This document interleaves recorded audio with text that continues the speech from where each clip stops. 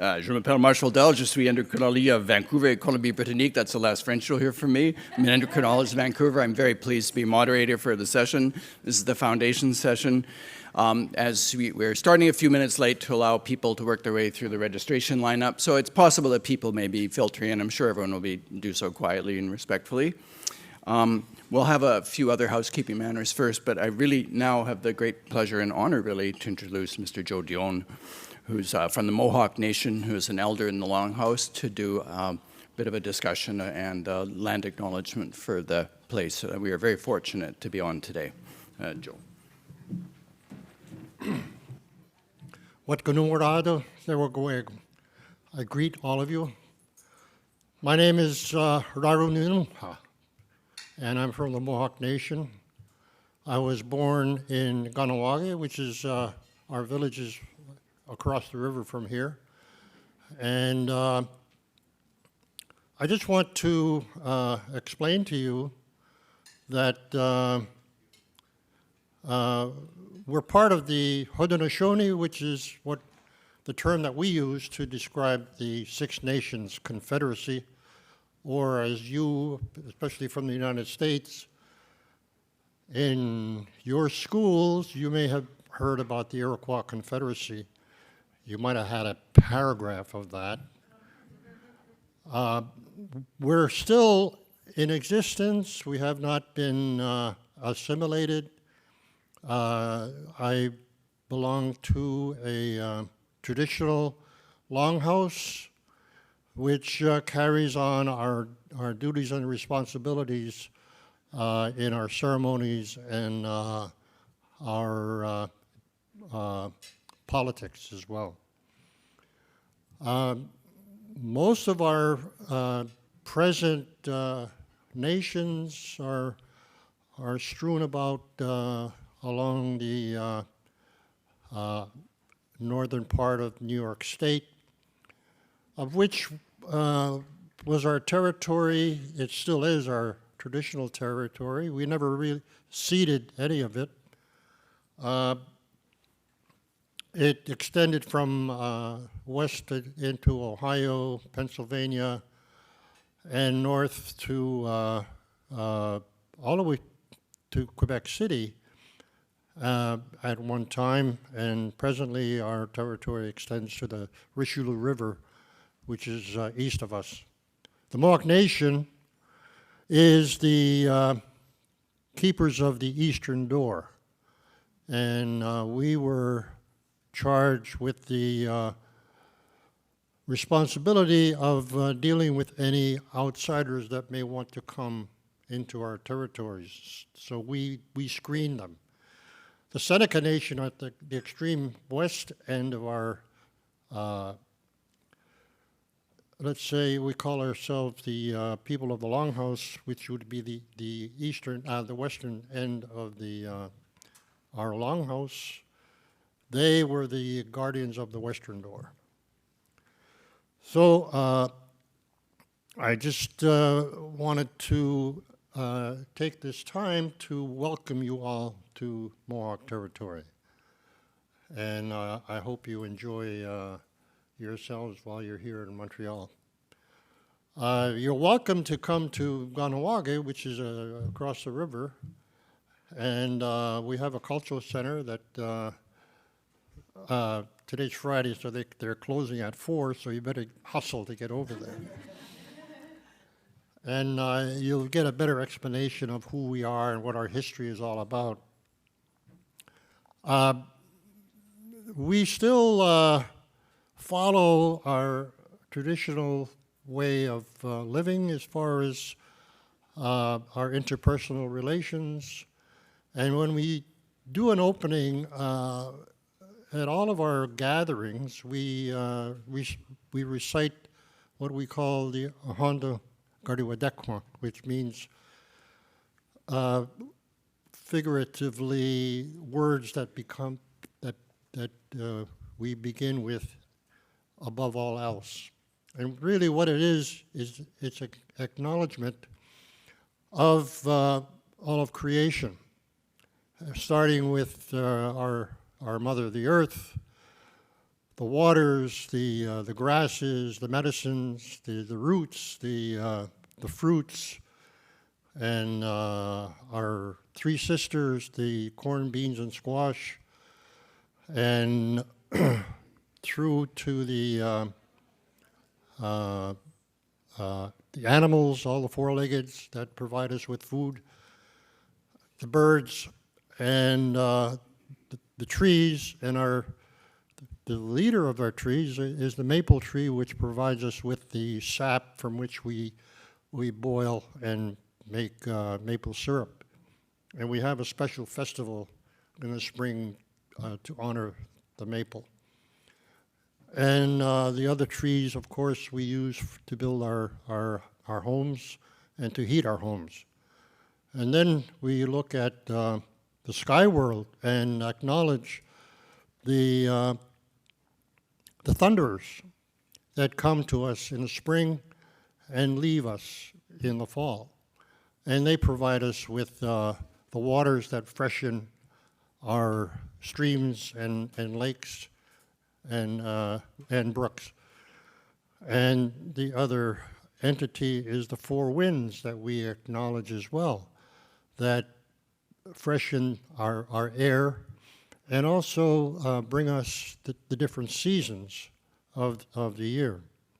And most importantly, we also acknowledge our eldest brother, who we call the great warrior, our eldest brother, the sun, who heats the earth and provides us with the daytime light so that we can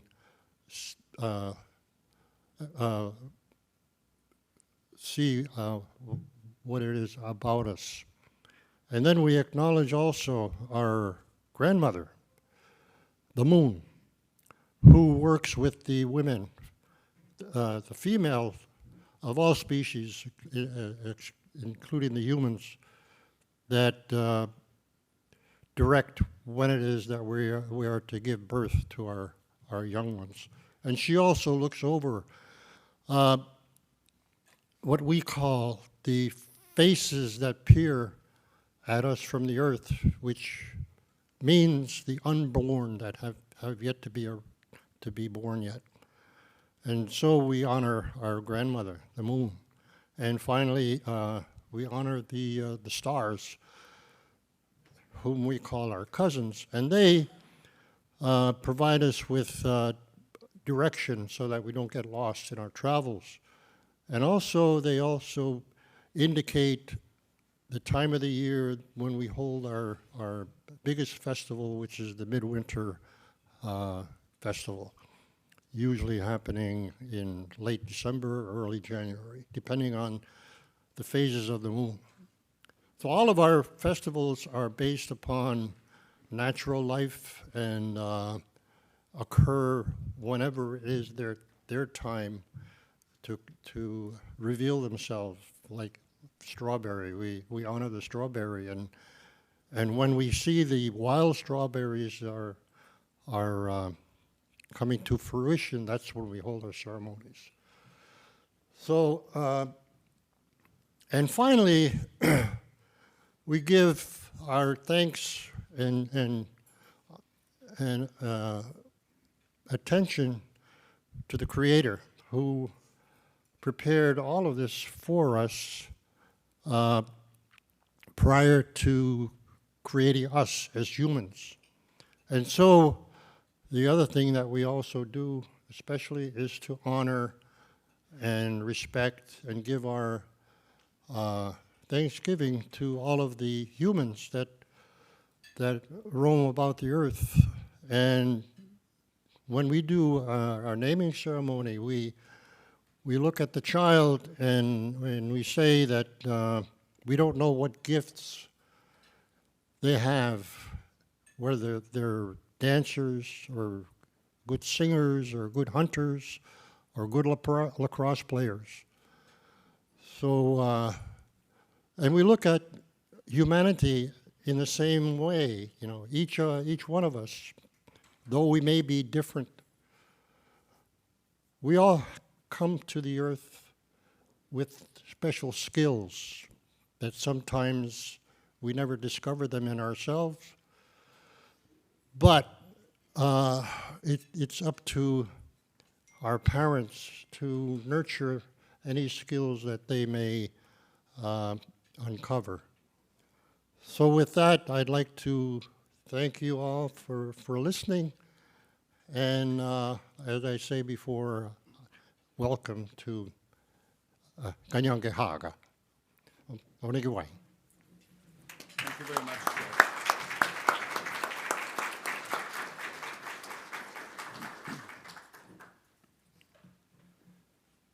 Very good. Thank you very much, Mr. Joe Dion.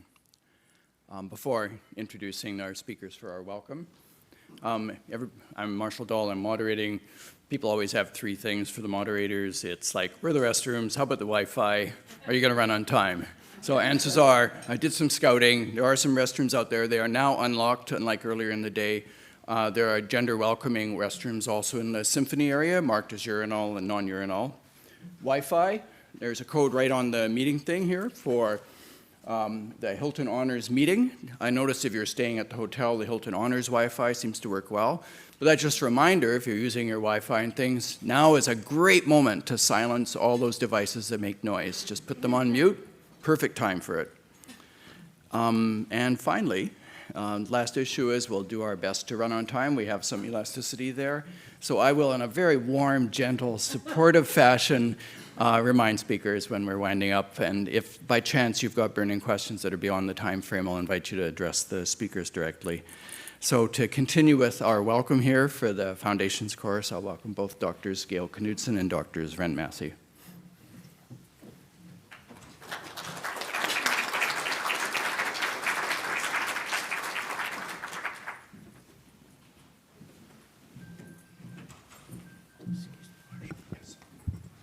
Great. Can we have the next slide deck up, please? Do you want to start? Good morning and welcome. Again, we appreciate y'all having some patience as we're re-entering the world of in-person trainings.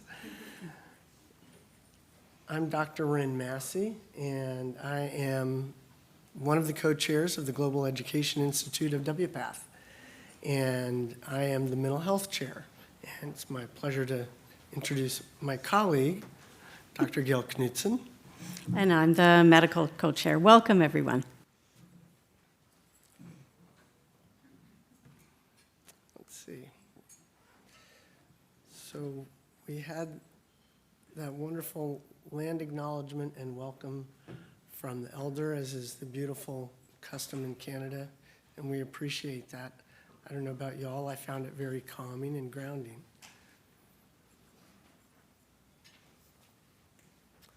So as an overview to what we're going to be talking about right now, we're going to give you a little bit of an introduction to WPATH and to the standards of care, as well as the Global Education Institute.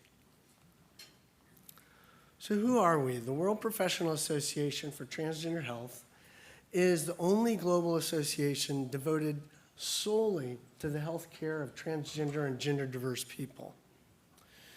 We were founded in 1979, and as of yesterday, we have over 4,000 members.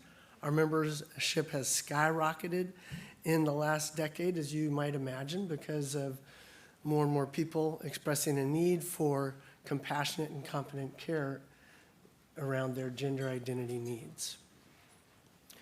We are professionals who are engaged in research or clinical practice affecting the lives of trans and gender diverse individuals.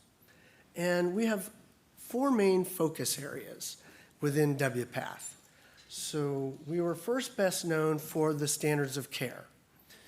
And we're going to talk a little bit about that. Had a new release just yesterday. Yeah. Then we also have the official journal of WPATH, which is now called the International Journal of Transgender Health. And then another arm of WPATH is the Global Education Institute, where you all are here today.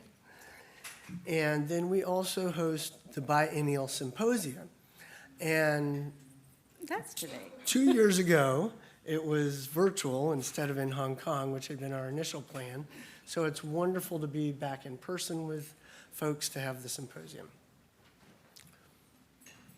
So our mission is rather single-focused, to promote evidence-based care, research, policy in the public matters, and respect in transgender health.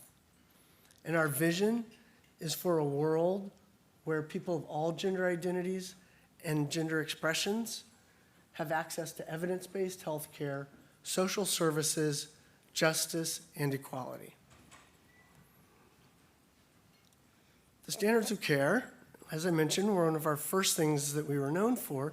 First published in 1979, gone through 7 revisions, the most recent one being hot off the press, so as of yesterday.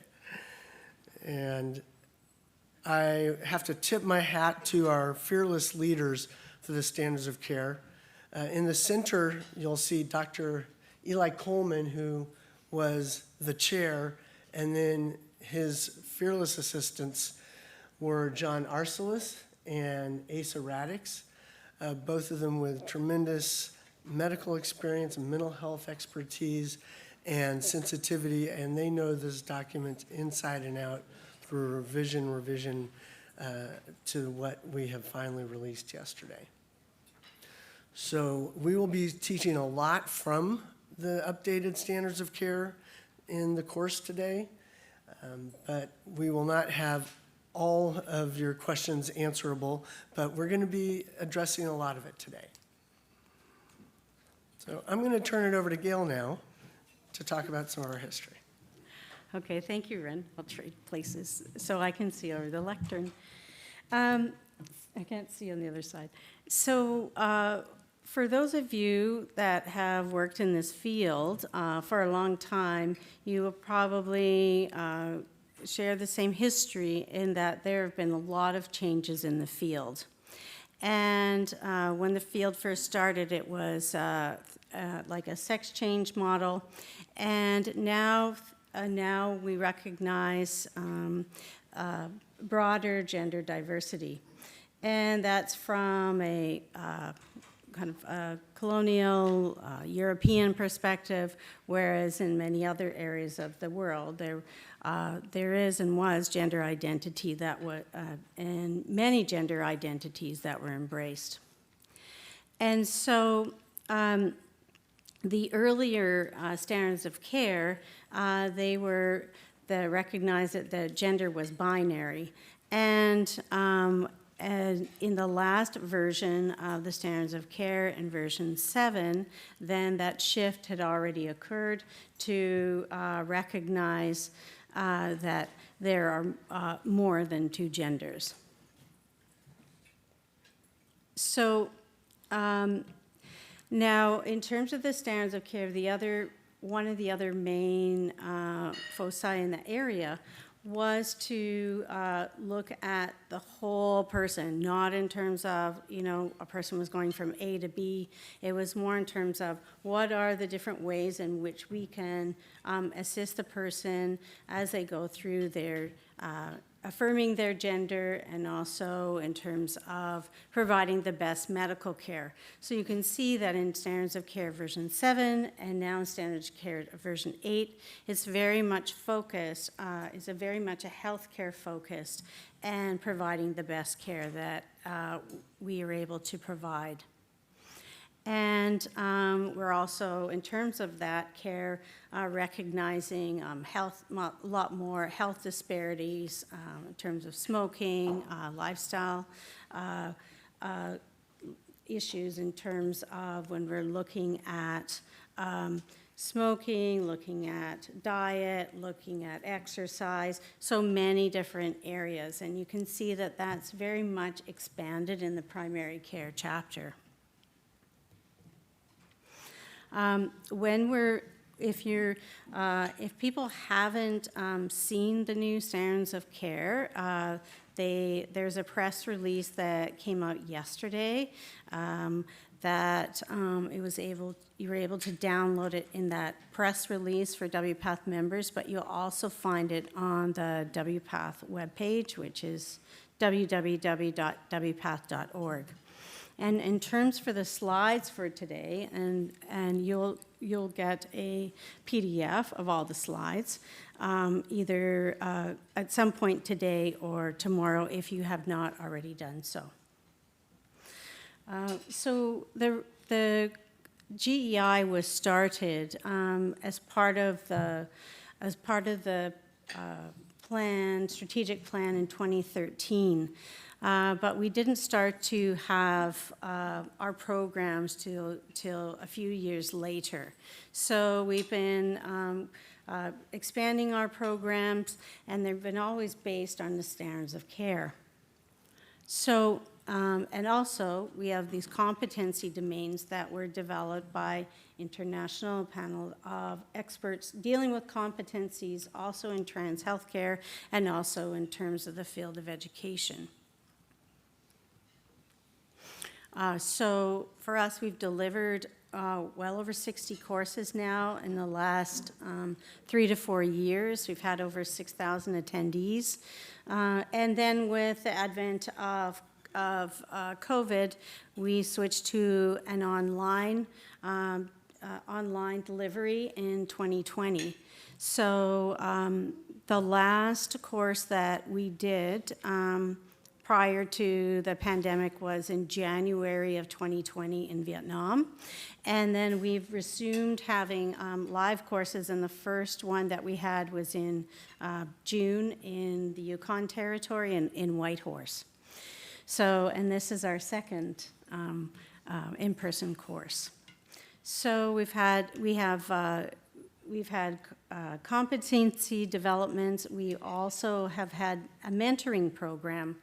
And there's mentoring in mental health, and there's mentoring in medicine. And so we've expanded our committee in terms of the standards of care, and now we have 6 subcommittees under the steering committee, and one of those is certification and mentoring. So we're looking at different areas of mentoring, and not only in mental health and medicine. Certification is an optional benefit if people like, and we have 192 people that have been certified, and probably about 400 or 500 people that are on the path to certification. Do you want to talk about this? Okay.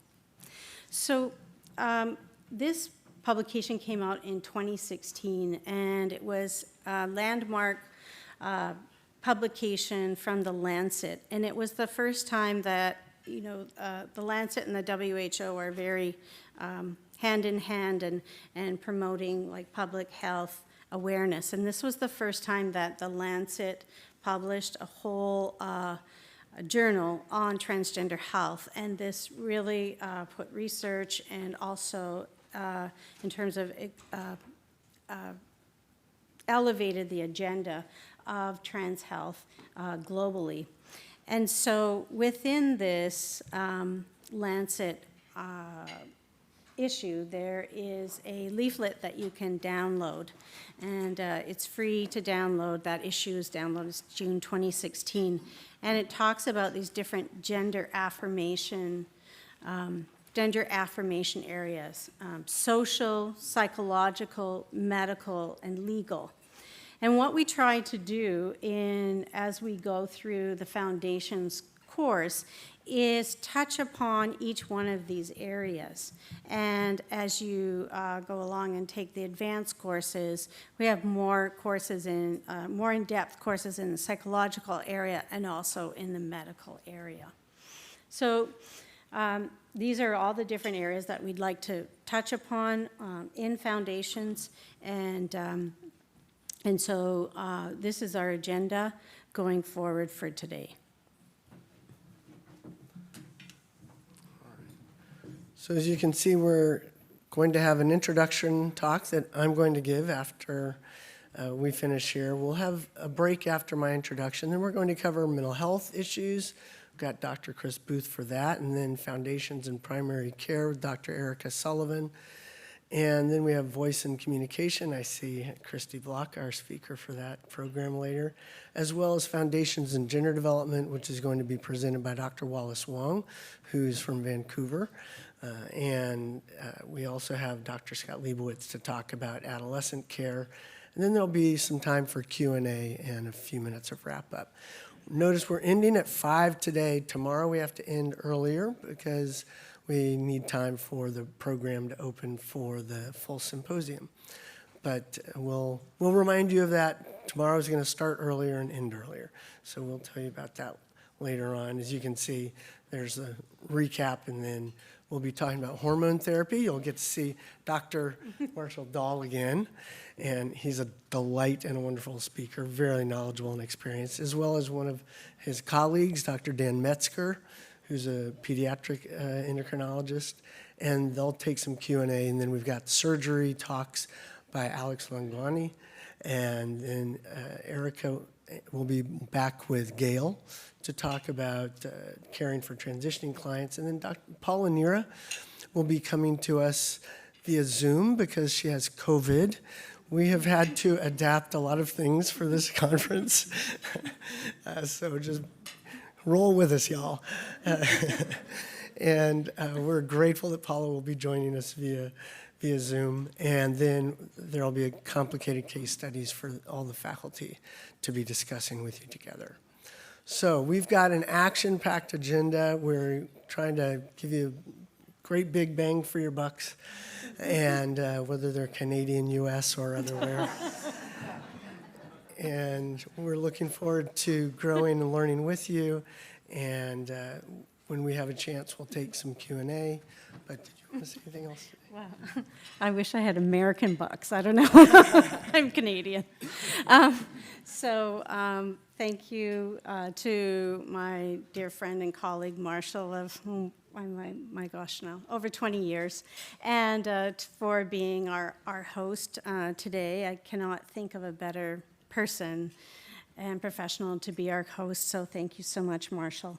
And also to my colleague and friend Ren, he's a great person to work with, a great friend, and he's going to do the opening lecture on Introduction to Trans Health, and I'm just going to grab my phone and return to Advanced Medical. I'll be back again tomorrow with you,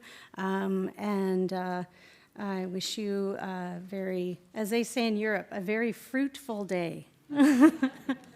And thank you. There will be lunch served. There will be a couple breaks, and there's been a conference here that the staff have been running a couple days before this, the GERS conference, Genital Reconstructive Surgery Conference, and they said that the food here is fantastic, and there was also always more than enough food. So I'm happy to hear that, and I hope you enjoy your day. Thank you.